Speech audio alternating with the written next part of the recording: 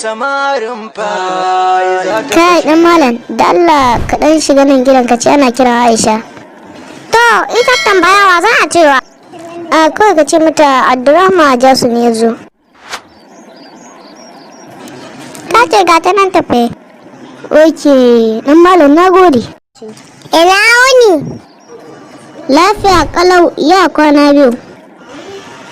Alhamdulillah. Ya, baba fa yana ciki? Yana ciki. To yayi, da Allah ya za a idan samu ganin shi.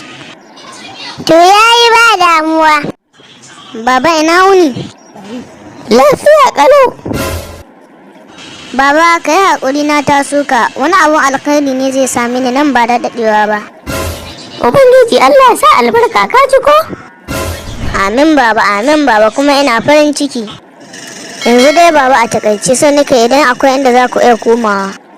So nake a rushe gidan nan kafin Disamba. Saboda fa yana fashewa zuwa Disamba nake so a ɗora muku bene a gidan nan.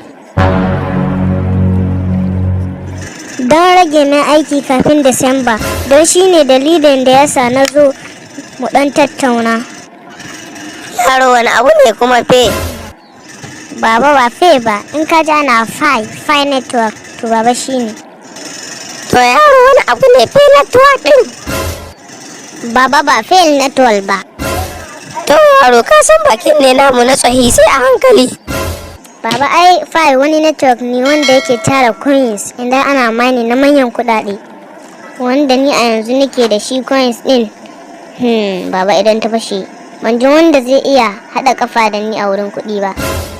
To kai yaro ana rushe gida ba ta yi rundun ba.